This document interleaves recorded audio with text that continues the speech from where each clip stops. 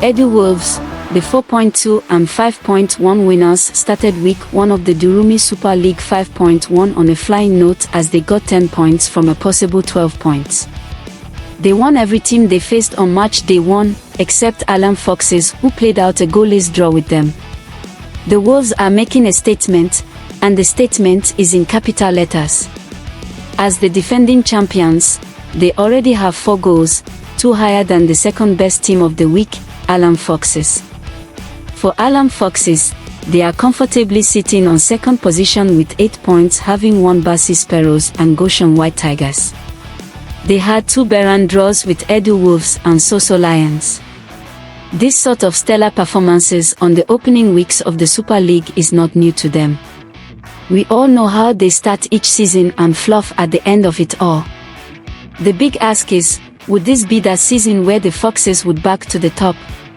Even though they ended at the bottom last season, many see them as potential threats to Edu Wolves' title defense quest due to the caliber of players they have assembled this season, especially with the acquisition of Henshaw, the 5.1 most valuable player. Alan Fox's solitary goal against the Sparrows made him the oldest scorer of the Super League. At this stage in 5.1, Soso Lions were already glued to the bottom of the table with 1 point. Same story can't be told in 5.2, for they started the season in a high-flying mode with 5 points after defeating Basi Sparrows and losing to Edu Wolves. That's to say that they aren't languishing at all. Goals from BlaqChild and Ifoni ensured that they started on a good note this season. Goshen White Tigers, who are making their second appearance in the Durumi Super League, won a match, lost 2 and drew 1. 4 points were what they got, and it was enough to place them high above the Sparrows, who are seriously languishing at the bottom of the table. Toby and Andy were the only scorers for the Tigers on match day 1.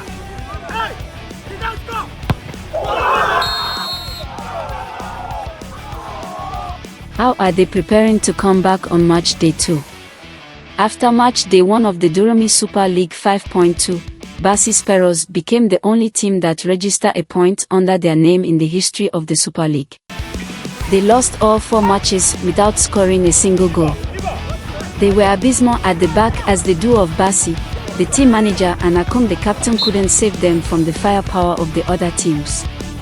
Considering how Basi always picks his team, one will wonder how they have failed to replicate their 3.1 and 4.1 tournament winning form. Another question on the lips of many is, when will Edu Wolves stop beating Basi Sparrows? They have beaten them in the last 5 encounters. On match day 1, a total of 10 goals were scored, 10 yellow cards and a red card was shown.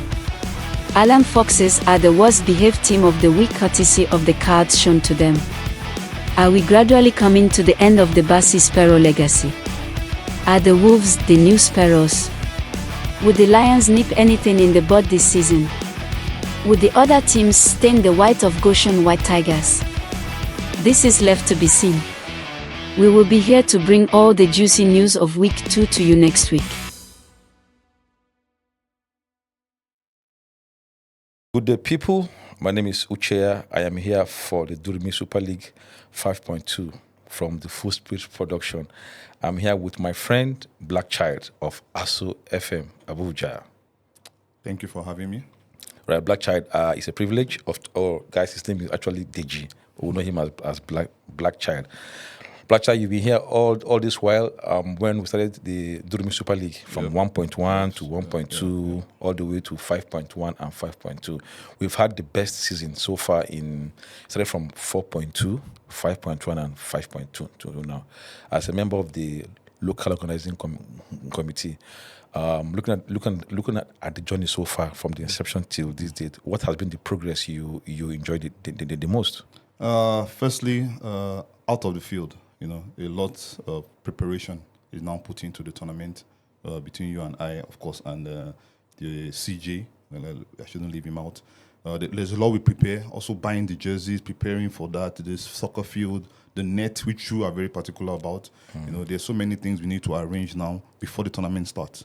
On the field, it has really improved. The quality of the play, the number of players, the ability of or the quality the team managers bring into their team that they want to win. They have this zeal that they want to win now. So for me, there's been so much progress past the years. We have seen Toby once mentioned, Toby of the Goshen White Tigers. He said team managers choose players based on their temperaments. I'm trying to study this thing he said for a long while now, and I've come to realize that people actually form their teams based on who they are. If you look at Edu Wolves, his team is just like him. They're not exciting, they're not expressive, but they get the job done. Just like Leicester, when Leicester won the EPL, how they played. They played a drab football, but they come out with a result and win the match 1-0. Now you see Bassi, he likes picking small boys, little boys that are so mobile. They destroy you. They look as if they're not going to win it. They win it. Look at Lem Foxes from day one. They are flamboyant players. They can score you 2 goals. You can come from behind and win them. You know, they've always like that. When did you realize these things about these team managers picking players based on their temperaments? First of all, as a coach, they always say, show me your team and I'll tell you who you are. Like if people like Jose Mourinho, when you see Jose Mourinho's team, you know this is a Jose Mourinho team. Always fighters, warriors. When Arsene Wenger was the coach, you could see his personnel. You could see him in his field, in his players. So someone like Edu, for example, I think the one who actually started. It's one I can see more of his personality rather in his players. So he chooses players that are disciplined. Players who work a lot. That is Edu. Edu is someone who works hard on the field. So he wants players who can also work hard with him. Allen is someone who wants to play football, attack a lot. He picks players who attack a lot. Maybe sometimes it affects him because they don't defend. But at the same time, he picks players. Bassi likes playing football. He enjoys ball on the ground. Everybody's playing. Everybody's touching the ball. So he picks those kind of players. So, like you said, people pick players to... Not me, Toby said. Also Toby, yes. Also, even Lion, Lion wants direct football where how quick can you get to his He wants to be the only attacker in his team as well. Exactly, and then get the ball to him as quickly as you can. So all these team owners pick players according to the way they want to play. So it's something that has really improved. Because now everybody wants to win. We all said it earlier, before it was all about participating, just let's participate, even if it's fair play, we'll win it. But now everybody wants to win. So you pick players according to how you want to play. Okay, so talking about picking players how you want to play, we've seen Bassi Sparrows. They used to be the most successful team in the Durumi Super League. Yeah. They won it twice, and nobody could do that. All of a sudden, boom, Edu came. Edu has won it. Edu Wolves have won it twice now. In fact, the first back-to-back. And looking at the table on match day 1, they're on top. They got 10 points. They won 3, drew 1. And come to think of it, is the Bassi Sparrow legacy failing? Has it failed? No, I don't think it has failed. I just think... that based on the temperament now, have people understood him? I don't think so. I think this tournament is very tight. Any team can win at any time. This coming week, tables can change. Anything can happen. We all know we've been around to see these things. That see last season, the last tournament 5.1 when Lion had 1 point and came third in the end of the tournament. Yeah, he came third. It was so surprising. They just kept on climbing. I'm not writing off Bassi Sparrows. I don't feel we figured him out. I think it's just personally I told him, although he didn't agree, that his selections were poor. I don't think he picked well. But still, they have the likes of Namaye in his team. Someone who can... Namaye can always bring surprises. Exactly. Even if he doesn't win the tournament, he's so sure he might turn out becoming the highest goal scorer of the tournament. And when you become the highest goal scorer of a tournament, it helps your team go higher on the table. Okay, we saw Sparrows on Saturday, how poor they were. You can still remember the players they picked individually, how they played. Yes. Don't you think Bassi could be the weak link of his team? I feel he has gone past his prime. He's no longer that bullish defender he used to be. He's a bit slower now.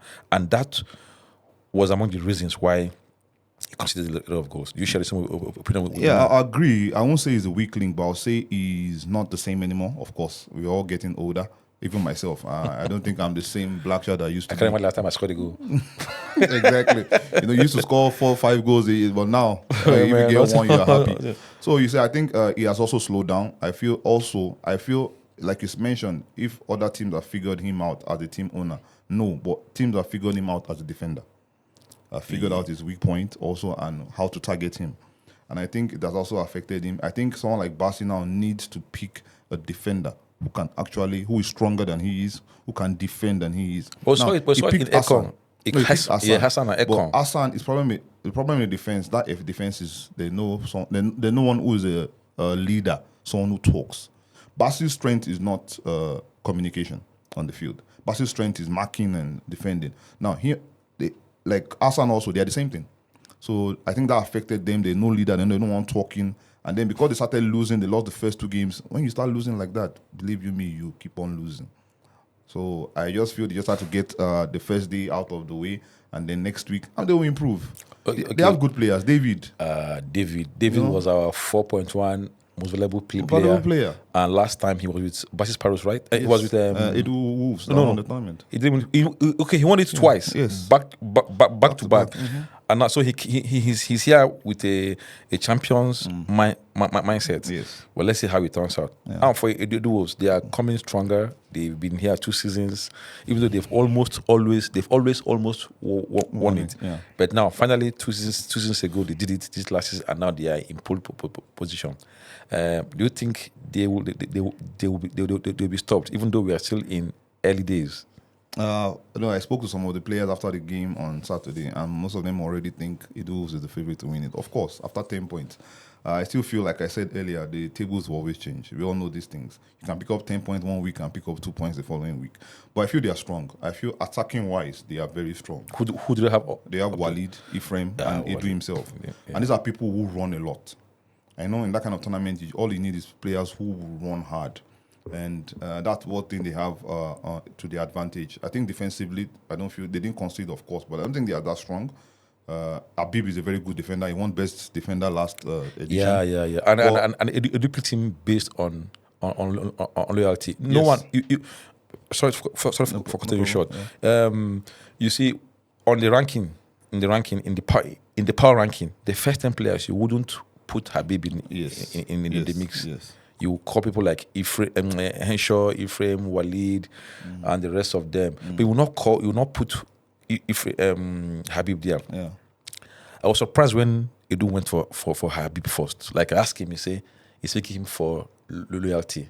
He's been loyal with him. He's a player that he knows that can fight for him, even his absence. And I think he played up that day. They scored 6 goals. I can't remember the first time in a week a team scored 6 goals without conceding any goal. That was great. Which other team do you think was exciting for you to watch on that day? Allen Foxes. They're always exciting to. They always, Allen's teams are always exciting. From the onset of this competition, Allen Foxes have always been that team you want to watch, but they never win.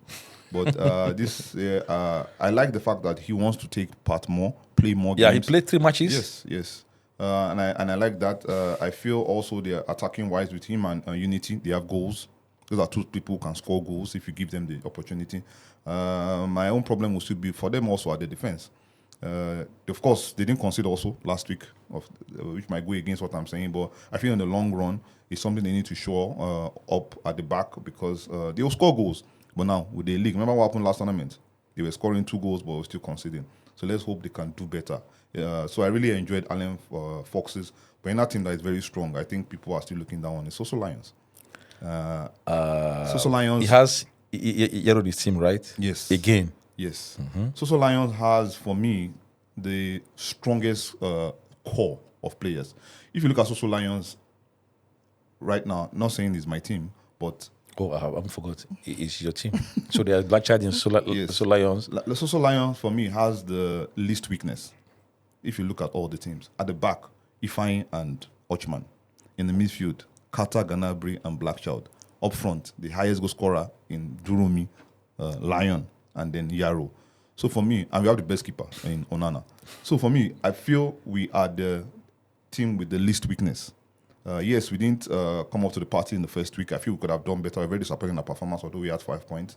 So I feel in the coming weeks, we're going to get stronger and stronger. Of course, every team will also get stronger. But you know, in the history of Durumi so far, That's the how best it- teams don't never win. They win. hardly Yes, win it. yes, The best yes. team on paper. Yes. Like we just said now, I believe your team is supposed to be the best team, but like we always say, it's left to be seen. It's left to be We're seen. leaving out Goshen white Tigers. They came in all blazing white, and at last, their white was stained. it was very emphatic. Yeah, They scored yeah. 2 goals in the first In the match. first match, One yes. would think they would be the runaway leaders of match week 1. Yeah. When I came back, I was surprised to hear that they had only 4 points. I wondered what happened. We won 1, lost 2, and drew 1. Where did they get it wrong? I was very impressed in the first game. You know, when they went 2-0 up, although they played Basel Sparrows, and of course, we all know what happened to Basel Sparrows the first week. Everybody got points against them. But I think what went wrong for them was maybe the inexperience in the tournament. There was a game I was watching, and they made 3 subs at a goal. In the match or before the game started? In the match. And they ended up losing that match. I think it was against Allen Foxes. And I feel that also played a part. I feel that was they're a very good team. You know, I remember watching the first game against Basel Sparrows, and when they were 2-0 up, and Toby went out. He had scored a goal. Toby went out, and Alfred came in. I was surprised to have Alfred on the bench, meaning they have a very strong team with Andy and Toby himself, Goshen, Alfred, Mike. Oh, Mike. Bongo. Yeah. Dogo's in the team. In the team. Oh, defending Ephraim. This was the midfield Ephraim, the one who plays in the midfield. The troublesome Ephraim. Yes, the troublesome Ephraim. So for me, they have a very strong team. And of course, we all know Toby always back his players and support his players. But I feel maybe they are still trying to get their feet right with the combination of Toby and Mike. Mike also being his first tournament. He said he has experienced it now. You can see how the tournament is. I hope maybe the following week they'll get better. Oh, we saw Allen Fox's man of God got a red card. It was terrible, and it's not something we are proud of. Seeing a player getting a red card, it was a useless, it was a careless red card. Careless, what do you have to say? It's his first tournament also, you know. Yeah, I felt it's he first wasn't aware of the importance we attach to fair of- play. Exactly. And now Allen Fox is out of the fair play award unless everybody gets selected. Which is almost impossible. Exactly. So for me, I was very careless. The tackle, I was right there when it happened. I was right outside the field, but I could see it. It was very careless tackle. He could have avoided it, but for me, it was. You will learn. In our new players, our new imports, first timers, Andy, man of God, Ifeanyi, who else? That's other guy, Onyisi. One other guy they play Peter, who scored for yeah. Edu Wolves. Who amongst them was the best for you? Peter surprised me. I can't put my face on Peter. Who is Peter? A young boy uses his left, small boy. Oh, He comes with his brother. They come yes. together. I remember him now. He scored against Soso Lions. Very good player. Was it Andy impressive for you? It took him by surprise too. You remember on trainings he scores 2 goals. banger goals. Exactly. I think the tournament also took him by surprise. I don't think Andy's fit. You know, people come and look at the tournament and see. I feel they can just come here and walk away with it. They don't know you need to be cultured to partake in it. What surprised me about Peter is the fact that we all know Edu Wolves. He just came into Edu Wolves and he's like an Edu player. He was running hard all over the field, got a goal, was defending, played well, dribbling, he's left-footed. So the way he was dribbling was very skilled. He's very skillful, very technical. So it's the one that surprised me the most because I didn't expect that. Andy, we expect. Mike, although this is first tournament, also we expect such things. And people like Ifeanyi, who's also his first tournament, you expect him to defend well. But someone like Peter, surprised, the quality he brought. So week 2 now is before us. Yeah. In 4 days time or 3 days time we're having week 2. What are your expectations? Do you think Basel Sparrows will get their first point? Of course, I think so, but football is football. Or do you also think Edu Wolves will sustain this tempo and be on top of the table? And what is it for your team? Social Lions, Goshen White Tigers, Allen Foxes. Let me start from the bottom. With Basel Sparrows, they cannot go lower than that. They have to pick a point, or else they're out already. Of course, we already feel it's going to have for them to win the tournament, but I still feel they can still, climb up the table. They wouldn't want to be languishing. Yes, exactly. No one wants to languish at the bottom of the Nobody. table. So for me, like we said earlier, the likes of Namaye, Namaye can still pop up a surprise or a goal or two and can pick points for them, which is something that they need right now. Only the way up for them, the way they can go right now is up. Goshen White Tigers, of course, like I said, any experience of the first week, I think played a part. I think they'll get better. We had their training, they have physio sessions and all that. So let's see that put into work in the second week with the likes of Mike. Of course, we all know what he can do. Of course, Toby also a striker, and they have good players. So of course they also get better. Social Lions, we want to win this tournament. That's the target. Of course, everybody has that target, but we want to win it so bad. So we all know the pressure is on us. We want to win it for Lion. So for Lions also, we're going to improve next week. We're actually going to change the formation a bit, which we've spoken about, but of course, you'll see that on Saturday. And then Allen Foxes. They're always hopeful. They always have this. They start well. They're like Brazil to a tournament. Last tournament they started well. Yeah, they were number one for 2 weeks, and then they just. I watched one of the tournaments. Was it 3.1 or 3.2? Allen scored a header. A crossing for him. He headed into the net. In fact, he hadn't brought his hand down when the team equalized. And that header headed his team to the top of the table. He was celebrating when the people equalized and they lost the tournament. That time was against Basel Sparrows. Yeah. And I was playing for Basel Sparrows then. And they lost 2-1 that game. So they're always a team exciting, always there, always full of hope, but we all know what happens at the end. I also feel they can improve and do more than they've done. They won 2 games and draw 2. Of course, that was a good 8 points. Is already enough to be number 1. Yeah, but it's just that Edu Wolves were just too much. They say score 6 goals. I don't think someone has ever scored 6 goals in 1 week. Yeah. So Edu Wolves, I think that 10 points was a lot. I remember when Edu said something that after they beat Social Lions in the first game, they felt bigger than the world. They felt, come on, if you can beat this team, yes, then we can do so much. So I feel that victory. And that was Ifanyi's goal. Yes. The first match. Peter, yes, sorry. Peter is in your team. Yeah, no, Ifeanyi is in my team. Ifeanyi is your team. Peter is, yes. So that was Peter's first goal. And I think that really spurred them on to do much more in the tournament. And they've done very well, picking up 10 points. Wow. With Social Lion 5, we're already 5 points behind them, which is a big gap already. But of course, I don't see them picking up 10 points again. Maybe that's a hope or a wish. Well, it's left to be seen. It is actually. They've done very well so far. All right, guys. BlaqChild, thank you for making this episode an interesting one. This is our first video podcast of Durumi Super League. And it's a privilege and an honor having you to be the very first person to share the microphone and the screen with me. Thank you so much. Always a pleasure to be here.